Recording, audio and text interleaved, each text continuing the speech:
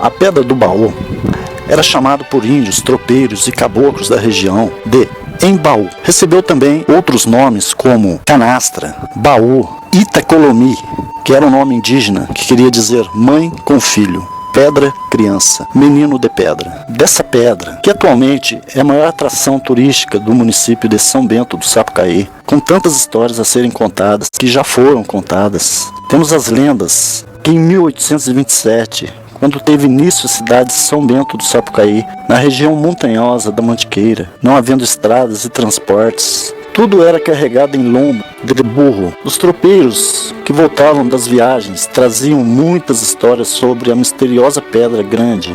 Haviam muitos boatos entre os matutos da região, que na sua ingenuidade criavam lendas em torno do gigante adormecido no seio da Mata Virgem. Segundo eles, no alto da grande pedra havia uma lagoa, e todas as noites de lua cheia, uma mulher vestida de branco, muito bela e de cabelos dourados, cantava lindas canções de amor para atrair aqueles que se atreviam a olhar, encantos sumindo depois com eles no alto do gigante.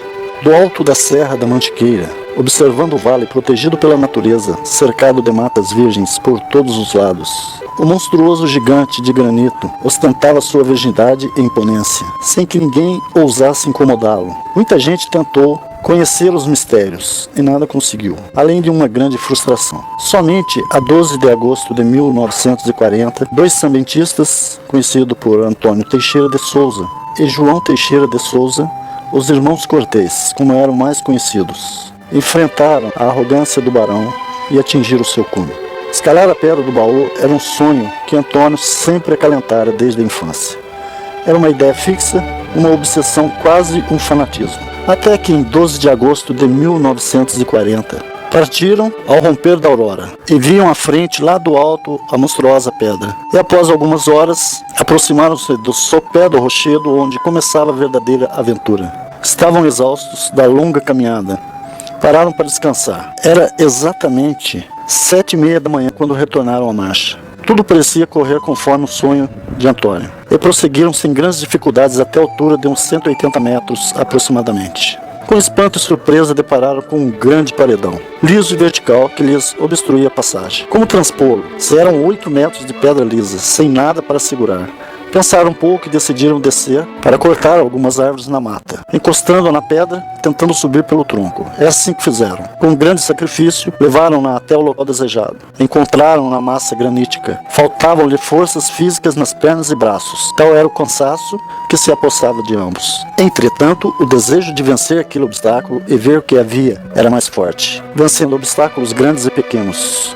Cortês realizou seu grande sonho, atingiu o cume do gigante e estava feliz com isto. Parecia estar num paraíso, respirando ar puro a 1950 metros de altitude. E num ímpeto de felicidade, como que para agradecer a Deus, arrancou um arbusto e fez uma cruz.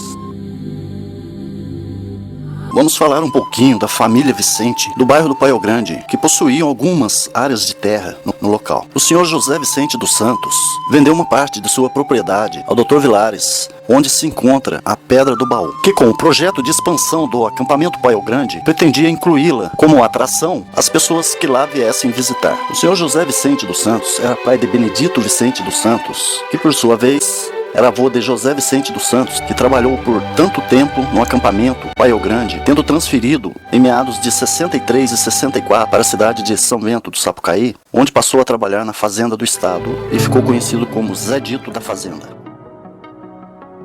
Após o término da Segunda Guerra Mundial, em meados de 1946, Dr. Luiz Dumont Vilares foi procurado por um amigo, Dr. Job Leme, que era dono do Hospital Samaritano em São Paulo, o qual relatou que conheceria um americano nos Estados Unidos que era proprietário de um acampamento de férias para jovens e que havia perdido seus 2 filhos na guerra, e que, em homenagem aos mesmos, gostaria de tocar um acampamento de férias no Brasil, semelhante ao que ele possuía, mas precisaria de apoio. Foi assim que o Dr. Luiz Dumont Vilares o procurou mais tarde para ter uma conversa a respeito. Voltando ao Brasil, passaram a procurar um local perfeito. E em 1943, quando já finalizando a construção do Hotel Toriba, em Campos do Jordão, feito pelo Dr. Vilares e seu pai, o famoso empreiteiro Floriano Pinheiro, que construía o hotel, apresentou a eles um humilde pedreiro, que se chamava Antônio Cortês e que havia acabado de subir a Pedra do Baú, em plena Segunda Guerra. Aí então, foi uma correria. O acampamento tinha que ficar pronto em poucos meses. Não dava tempo de contratar arquiteto.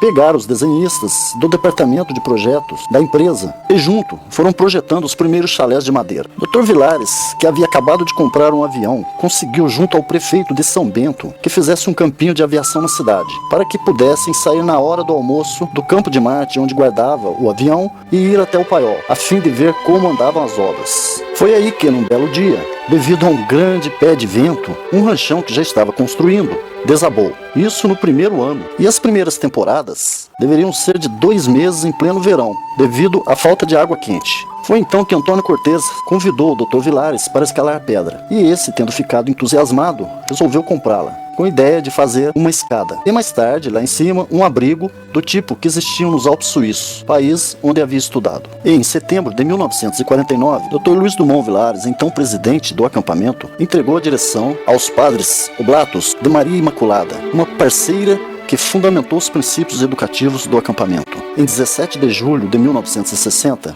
a antiga sociedade civil tornou-se Fundação Acampamento Paiol Grande. Em 2004, Padre Leising, presidente da fundação, por mais de 20 anos, por motivo de idade, não pôde mais permanecer no cargo. E foi eleito, então, uma nova diretoria. Mantendo assim, Floriano Rodrigues Pinheiro nasceu em Portugal a 17 de janeiro de 1896 e também foi uma pessoa de grande importância na região. Veio para o Brasil ainda jovem para trabalhar na Catedral da Sé. Quando chegou em Campos do Jordão, a cidade era apenas mata. Foi pioneiro da construção civil e sempre era procurado pelas pessoas que desejavam construir. Em São Bento do Sapucaí, teve a sua marca nas obras da Pedra do Baú, onde dirigiu a construção da primeira escada e da casa em cima da pedra. Foi braço direito de Luiz Vilares, e o intermediário entre ele e os operários. E além desses, outros homens de igual fibra e valor dedicaram a sua contribuição para a história. Entre eles, os filhos de Antônio Cortês, Expedito Teixeira de Souza, Benedito Teixeira de Souza, Antônio Teixeira de Souza Neto,